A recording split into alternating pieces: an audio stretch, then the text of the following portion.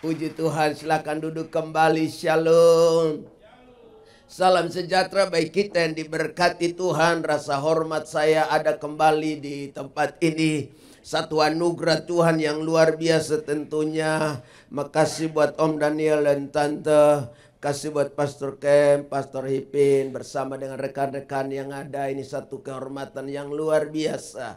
Dari Hotel Sano pindah ke Kota Tua yang di dalamnya ada makanan. Amin. Kalau di hotel tempat nginap, kalau di sini tempat makan-makan. Saya lebih milih tempat makan-makan. Sebab ini urusan yang paling enak. Haleluya. Dan saya percaya tempat bisa saja berbeda, tetapi tidak pernah mengurangi rasa ingin kita untuk dekat dengan Tuhan. Ya setuju, katakan amin. Alkitab berkata satu hari di pelataran rumah Tuhan sama seperti 1000 hari di tempat lain. Rumah Tuhan, Bait Allah terdiri dari 3 bagian. Yang pertama pelataran, yang kedua tempat kudus, dan yang ketiga tempat maha kudus. Bayangkanlah nilai investasi 1 hari di pelataran Tuhan itu sama dengan 1000 hari di tempat lain. 1000 hari di tempat lain sama dengan 3 tahun kurang lebih. Bagaimana berkat 3 tahun kita dapat, itu hanya ditukar dengan 1 hari di pelataran rumah Tuhan. Bayangkan perbedaannya jauh sekali. Itu sebabnya hadirkan hidupmu. Jangan hanya ada di pelataran Tuhan. Masuk sampai di ruang kudus. Bahkan sampai menyentuh ruang maha kudus. Dan saya percaya nilai investasi yang engkau beri bagi Tuhan mengerjakan beribu-ribu hari di tempat lain. Dan berkat Allah tidak pernah berhenti. Seperti datangnya embun dari Gunung Hermon mengalir ke Bukit Sion dengan tidak pernah berhenti. Saya percaya menjadi seorang murid Kristus, dia harus bertumbuh, dia harus berbuah dalam hidupnya. Sebab tidak ada alasan lain. Karena kalau kita sudah tumbuh dan kita sudah berbuah, maka kita akan menjadi agen-agen ilahi. Untuk apa? Menuai jiwa-jiwa di tahun penuaian yang besar, yang menjadi tema gereja Bethel Indonesia, Great Harvest. Saya percaya tidak ada satu barang seorang pun dalam dunia ini yang ikut Tuhan dan kemudian hanya mau berpangku tangan dan berkata, itu kan urusan pendeta-pendeta, itu urusan pemimpin-pemimpin komsel, itu urusan dari orang-orang yang hadir di altar Tuhan dan bawa kita masuk dalam hadiratnya. Saya meyakini di dalam hati setiap jemaat Tuhan, kita punya kerinduan untuk bawa jiwa bagi hormat kemuliaan nama Tuhan. Yang setuju katakan amin. Bertumbuh dan berbuah dalam Kristus. Matius pasal 28 ayatnya yang ke-19. Haleluya. Matius pasal 28 ayat ke-19.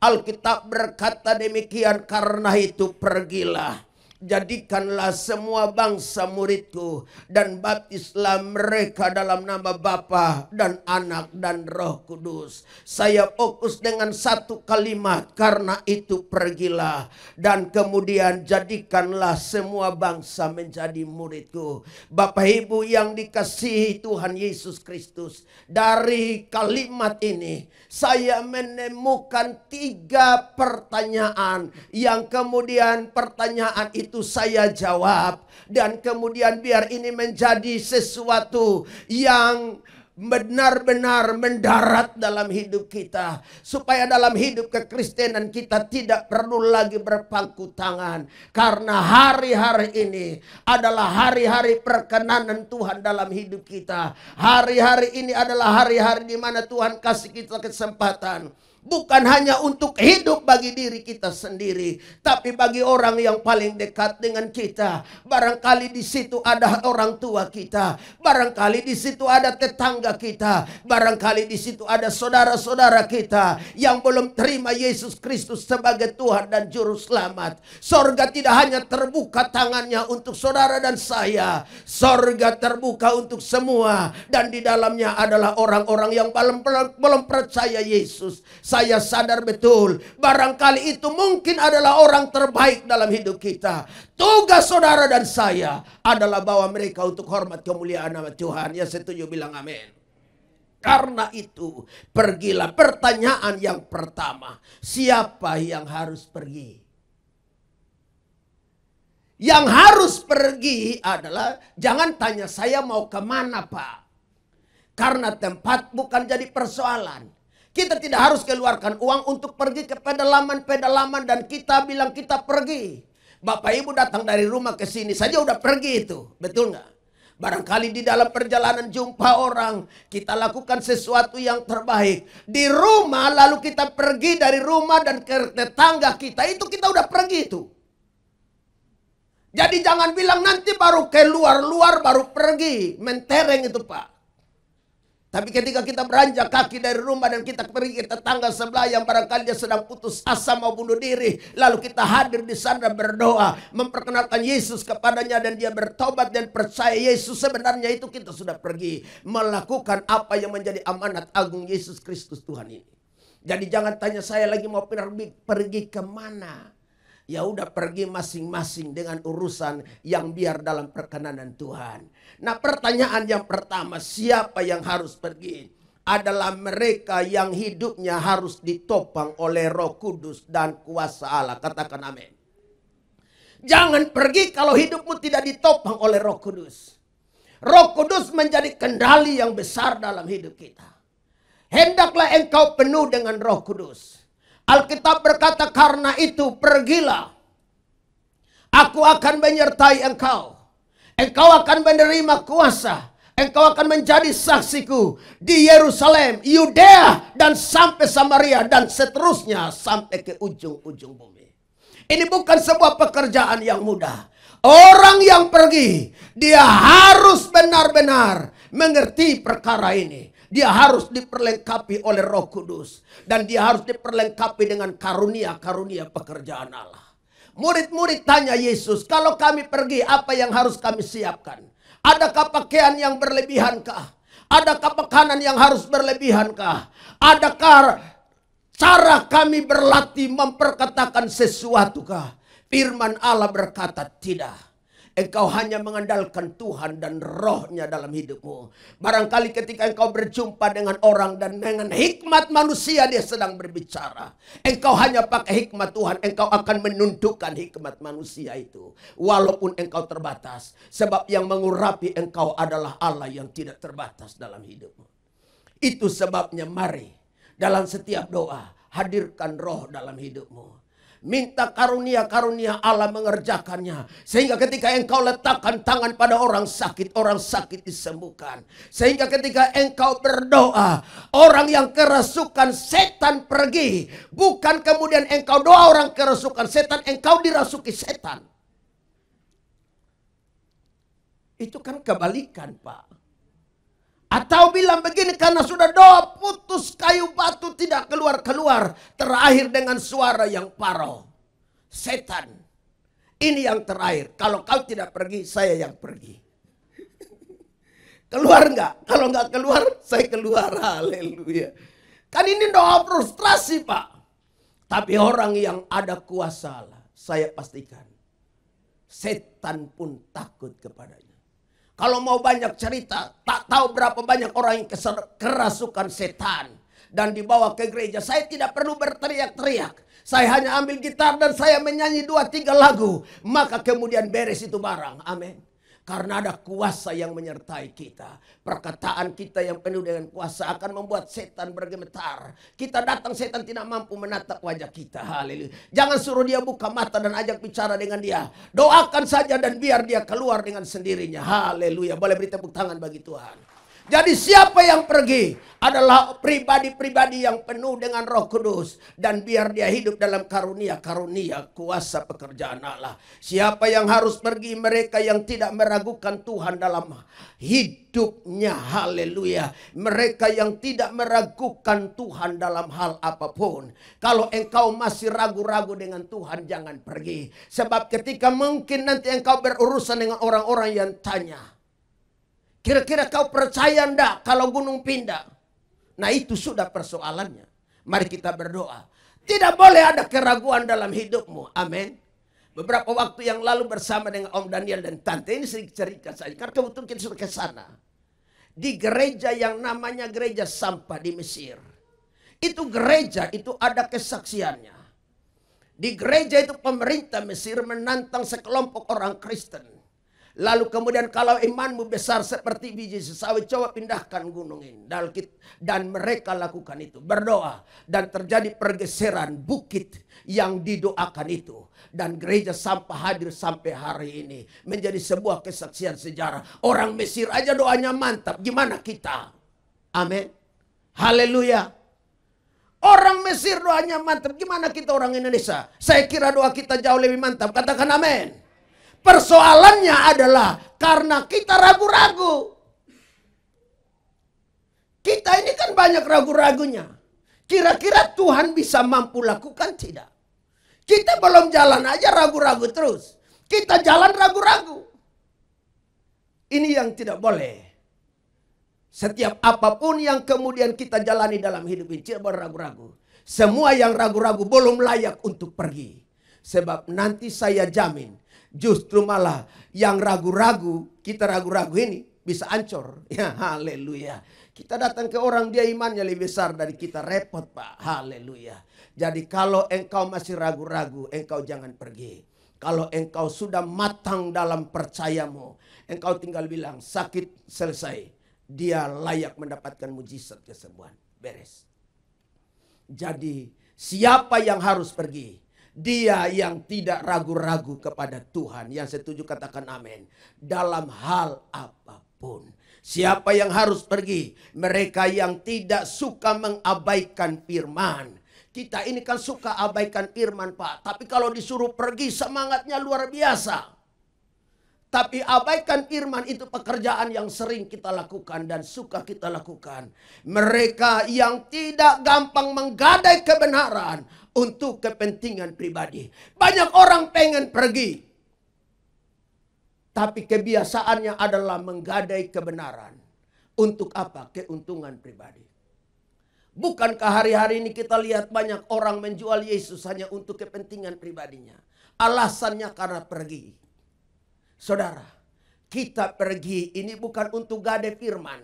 Kita pergi bukan untuk jual firman. Kita pergi bukan abaikan firman. Kita pergi untuk supaya orang-orang yang hidupnya suka jual firman kembali bertobat dalam nama Yesus Kristus Tuhan. Yang setuju bilang amin. Maka kita tidak layak khawatir dan takut dalam hidup ini. Selama kita bergantung kepada Tuhan yang menjadi Tuhan dan Juru Selamat, maka semuanya beres. Mohon maaf saya agak bicara cepat. Karena kata Om Daniel jam 11:30 kita harus beres. Ya.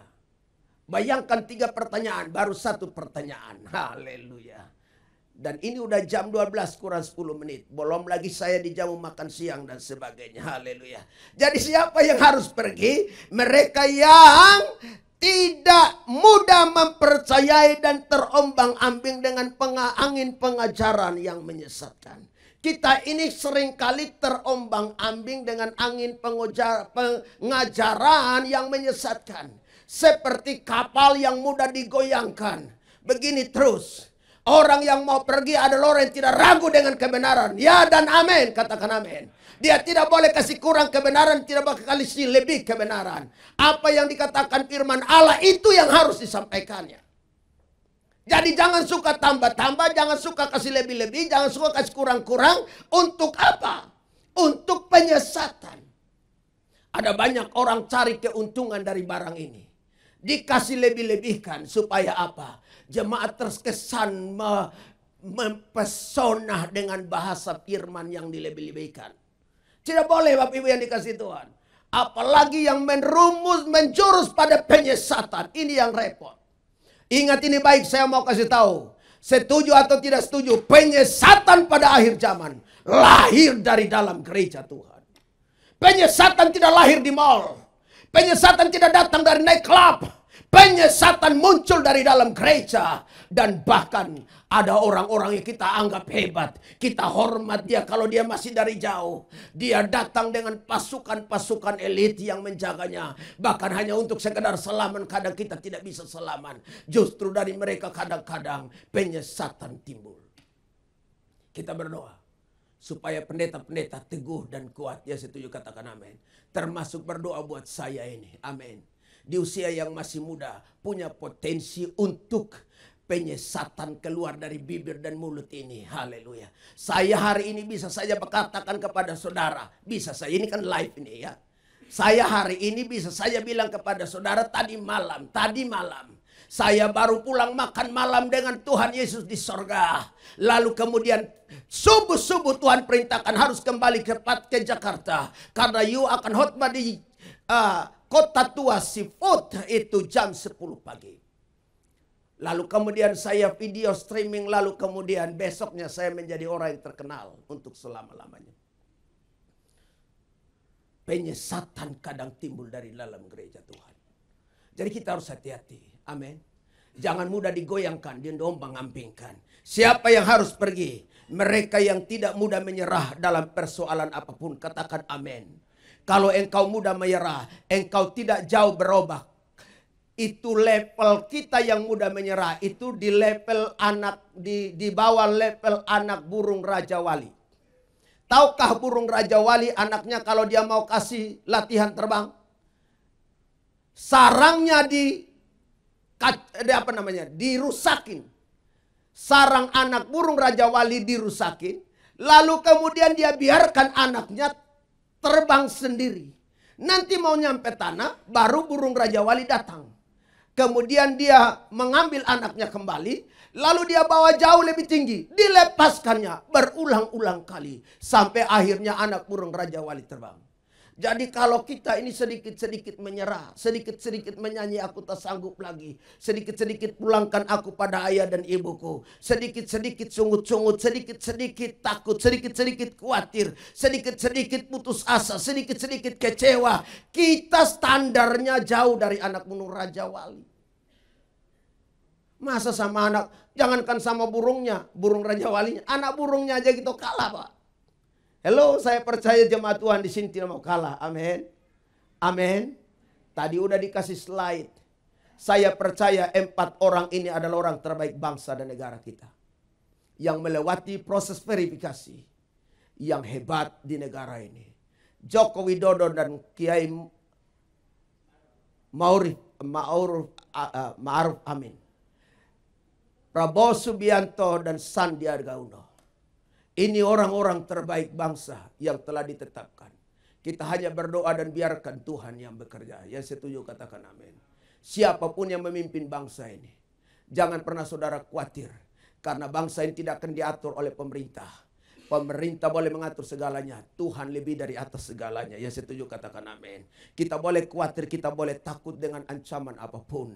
Dengan apapun yang sedang diomongin ini. Saya tetap yakin bahwa Tuhanku jauh lebih besar. Haleluya. Itu sebabnya mari kita berdoa saja. Siapa yang terbaik? Yang setuju katakan amin. Siapa yang terbaik? Biarkan kita yang milih. Amin. Kan Tuhan tidak nyoblos di sorga dan malaikat-malaikatnya. Yang nyoblos itu kita. Amin. Jadi siapa yang kita nyoblos itu yang terbaik. Haleluya. Kita berdoa saja. Haleluya. Amin. Saya tidak sedang mendorong untuk kepada siapapun. Sebab pendeta tidak boleh berpolitik, Pak. Iya kan? Saya bukan jurkam dari paket A dan paket B. Saya hanya jurkamnya Tuhan Yesus. Haleluya. Dan saya percaya beres. Jangan takut, Pak. Amin. Kita tidak akan hancur dalam 5 tahun kepemimpinan ke depan. Enggak akan hancur. Percaya dengan saya. Jauh lebih besar Tuhan daripada Jokowi dan Prabowo. Amin. Jauh lebih besar. Haleluya. Kita aman-aman saja. Haleluya. Jadi nanti tanggal 17 pastikan kita ada di TPS. Bukan ada di luar negeri karena takut dan lari ke luar negeri. Ada di TPS. Nyoblos dulu baru berangkat liburan. Amin. Supaya kita pastikan yang terbaik memimpin bangsa ini. Yang terbaik memimpin bangsa ini. Haleluya. Saya yakin dan percaya Tuhan kita besar. Jadi kita tidak boleh menyerah-menyerah. Amin. Haleluya. Amin. Haleluya.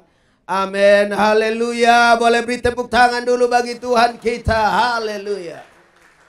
40 tahun bangsa Israel berada dalam perjalanan dari Mesir, Gunung Sinai, sampai Jordan, dan akhirnya kemudian mereka masuk ke tanah Kanaan.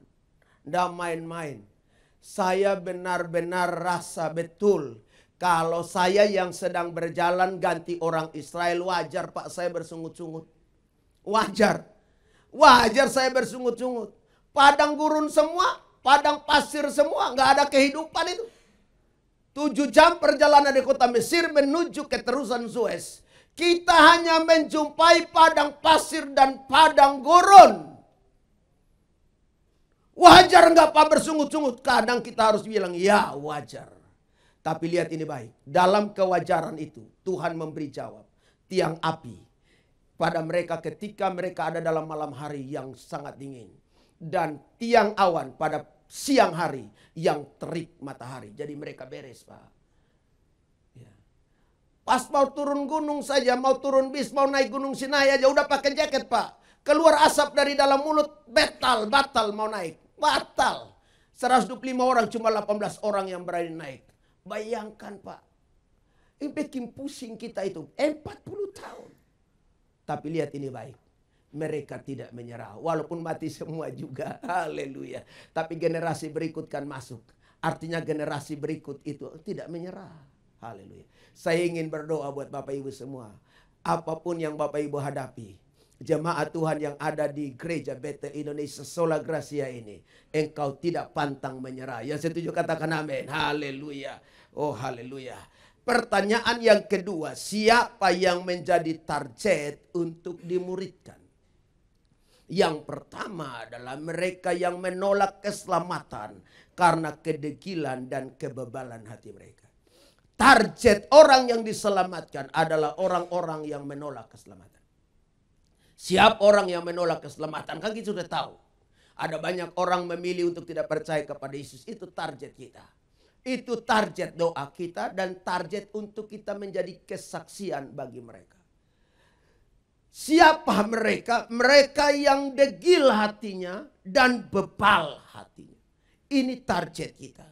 Ada banyak orang kemudian sudah banyak kali dengar nama Yesus tapi degil.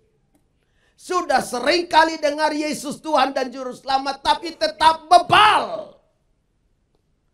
Saya juga mungkin yakin Bapak Ibu sudah banyak ngomong dengan orang-orang tertentu. Entah sahabat, entah orang tua, entah menantu, entah saudara. Tetapi mereka tetap bebal. Jangan berhenti. Yang setuju katakan amin. Biarkan mereka terus menjadi target doa. Dan setiap kesempatan bicara tentang Yesus. Yang menjadi Tuhan dan Juru Selamat. Dan kasih tahu.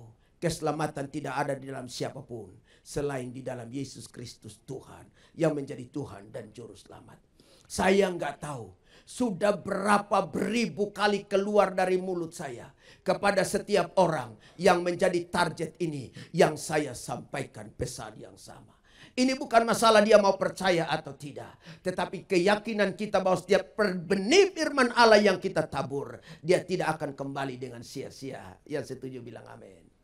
Nah, siapa yang menjadi target adalah mereka yang selalu melawan Tuhan dan firman-Nya. Ini orang percaya Pak. Orang yang suka melawan Tuhan dan firman ini biasanya orang percaya. Tapi percayanya abu-abu ini. Sehingga setiap firman disampaikan dia bilang begini. Ini tegur-tegur saya ini. Ini firman ini negur-negur ancam-ancam dosa saya ini. Loh memangnya pendeta itu kurang kerjaan jadi waktu nyampaikan firman nyerang jemaat. Enggak ada Pak. Mana ada pendeta siapin firman hari-hari hanya untuk nyerang jemaat. Enggak ada itu. Saya nggak percaya ada gembala, Om Daniel atau Pak Kem, Pak Ipin disiapin firman dan tante hanya dari mimbar ini supaya apa? Kritisi jemaat. Nggak ada itu. Nggak ada. Saya udah jadi gembala 13 tahun. Gak pernah mimbar dipakai untuk menyerang, Pak. Tapi kadang jemaat suka merasa, ini namanya orang baperan. Mari jemaat jangan baper dong. Karena rujukannya adalah jemaat suka yang firman yang hanya enak-enakin telinga. Yang model kayak begini nih yang gampang tersesat ini. Haleluya. Mari Bapak Ibu yang dikasihi Tuhan. Jangan berusaha lawan Tuhan dan firman. Amin. Setiap firman disampaikan terimalah dengan baik. Ya setuju bilang amin. Kalau firman itu mungkin menegur. Katakan kepada Tuhan, terima kasih Tuhan buat teguranmu. Sebab yang aku tahu kepada yang ditegur engkau mengasihinya. Amin. Loh kita ini pendeta juga firman Allah itu seperti pedang bermata dua. Kadang kita lepas ke jemaat, kadang dia nancap ke kita, Pak. Kita harus jujur ini. Saya tidak akan mau bicara sesuatu yang tidak saya lakukan, Pak. Sebab saya bicara keras kepada jemaat itu nancap ke saya. Bisa terbelah dahi saya yang menyampaikan ini. Jadi kita lepas yang baik-baik. Amin. Haleluya.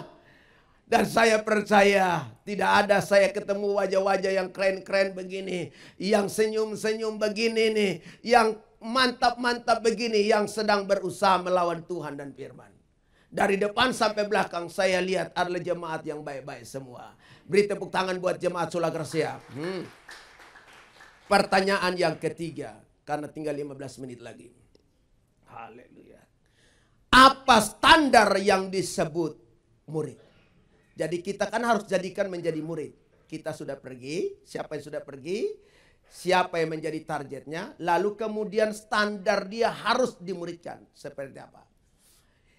Mereka yang benar-benar takluk dan percaya total sama Tuhan. Jadi kalau kita mau jadikan dia target dimuridkan. Yang ada adalah kita harus taklukkan dia. Dan biarkan dia benar-benar percaya kepada Yesus. Tidak kepada yang lain lagi. Ya setuju katakan amin. Jangan sebelah di sini Yesus, sebelah sana setan punya urusan. Tidak boleh. Dia harus mutlak percaya Yesus. Dia harus mutlak total berserah dan bergantung kepada Tuhan. Jangan berserah di sini pada Tuhan, di sana berserah kepada manusia. Terkutuklah orang yang mengandalkan manusia dan kekuatannya sendiri. Tapi sebaliknya diberkatilah orang yang mengandalkan Tuhan. Dan yang menaruh harap sama Tuhan. Apa standar yang disebut murid? Mereka yang mau berurusan dengan Tuhan selalu. Adakah aku jumpai hari ini jemaat Tuhan yang suka berurusan dengan Tuhan. Lebih daripada berurusan dengan dirinya sendiri. Lebih dari berurusan dengan bisnisnya. Lebih dari berurusan dengan semua yang menguntungkan hidupnya. Ataukah kita lebih memilih berurusan dengan kepentingan yang menguntungkan. Lalu jam-jam ibadah pun kita rela meninggalkannya. Dengar ini baik. Setiap nilai investasi yang engkau beri bagi Tuhan. Yang kemudian engkau lakukan dengan Tuhan. Saya percaya Tuhan tidak tutup mata. Saya nggak tahu berapa banyak berkat Tuhan yang Tuhan sudah beri bagi hidup ini. Haleluya. Dari sisi organisasi Tuhan bawa ke level-level yang jauh lebih baik. Hari Minggu kemarin di Geraha Mawar Saron. Oleh Ketua Persekutuan Gereja-Gereja Pentakosta Indonesia. Bapak Pendeta Dr. Yakub Nahwai. Melantik beberapa ketua departemen. Dan diantaranya adalah yang berdiri di hadapan saudara sedang berkhotbah ini. Saya dilantik menjadi Ketua Departemen Organisasi Persekutuan Gereja-Gereja Pentakosta Indonesia Pusat. Yang di dalamnya ada 92 sinode gereja. Yang termasuk Gereja Betel Indonesia. Satu bagian dari sinode itu. Mau dari sisi apa? Tuhan bawa kita naik. Yang setuju bilang amin. Setiap nilai investasi yang engkau beri bagi Tuhan. Di mana engkau selalu mau berurusan dengan Tuhan. Lebih daripada urusan pribadimu. Tuhan tidak pernah kehilangan muka untuk memberkati engkau.